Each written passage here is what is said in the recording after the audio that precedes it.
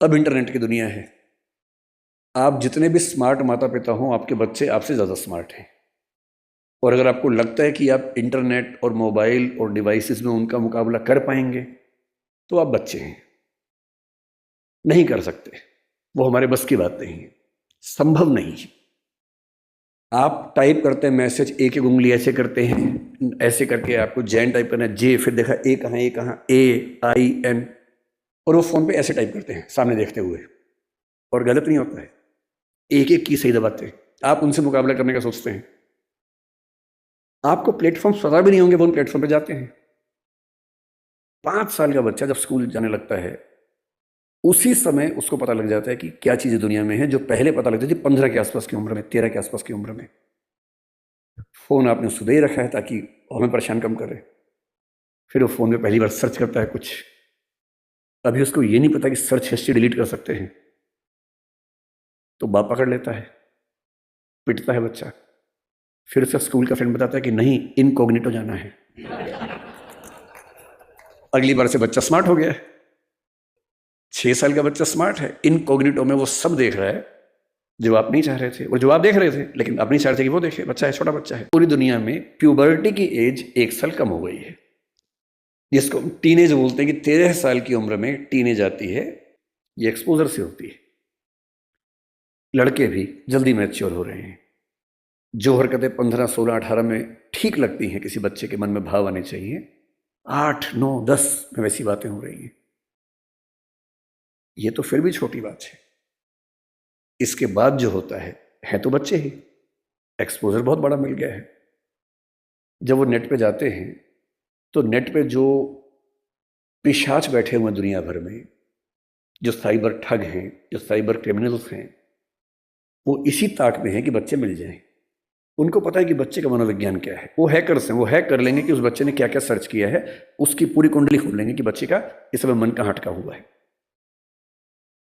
अगर 9, 10, 11, 12 साल का कोई लड़का है जो कुछ ऐसे वीडियोस देख रहा था या इमेजेस देख रहा था, उसमें भी देख रहे हैं कि कैसी रेस, वाइट रेस उसको पसंद है, कि इंडियन तरह के लोग पसंद है वाला व्यक्ति फीमेल, और यदि कोई बच्ची है तो वो मेल, उससे इंटरेक्शन शुरू करेगा, उससे बातचीत होने लगेगी। धीरे धीरे उसको वो उलझाएगा अपनी बातों में। वो बच्चा तो माँ बाप से छुप के कर रहा है सब, माँ बाप को पता ही नहीं है। और फिर वो उस बच्चे को प्रलोभन बहुत बड़े बड़े मिलेंगे। आपको ये सब नहीं पता है तो पता होना चाहिए, बहुत बड़े रैकेट चल रहे हैं इस समय दुनिया में, और ये पूरा वीडियो रिकॉर्ड हो रहा है। और जैसी ऐसी चीज होती है, उसके बाद खट से मैसेज आता है कि अगर 2 घंटे में इस अकाउंट में $500 जमा नहीं किए, तो ये वीडियो क्लिप तुम्हारे पापा, मम्मी, तुम्हारा इंस्टा अकाउंट मेरे पास है, इंस्टा अकाउंट में जितने तुम्हारे फ्रेंड्स हैं उन सबके पास चला जाएगा, सबके ईमेल आईडी मेरे पास है। इसको बोलते हैं सेक्सटॉर्शन।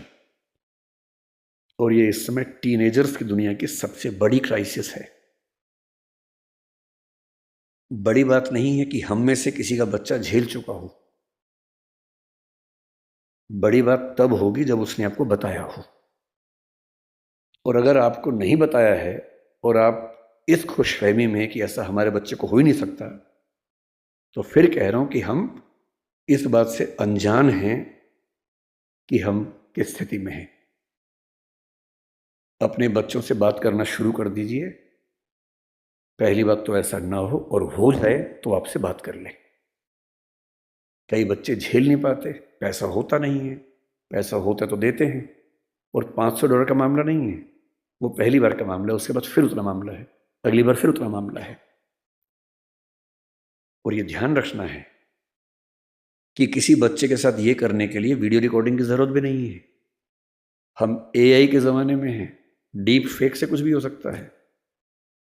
किसी आर्टिफिशियल इंटेलिजेंस जो फोटोग्राफी बेस्ड ऐप है, सिर्फ इतना उसको कहना है कि ये फोटो है, सिंपल फोटो, स्कूल की फोटो, पासपोर्ट साइज फोटो, उसको देनी है, और कहना है कि इस फोटो को एक ऐसी फोटो में तब्दील कर दो कि ब्लैकमेल किया जा सके। किसी के साथ भी हो सकता है।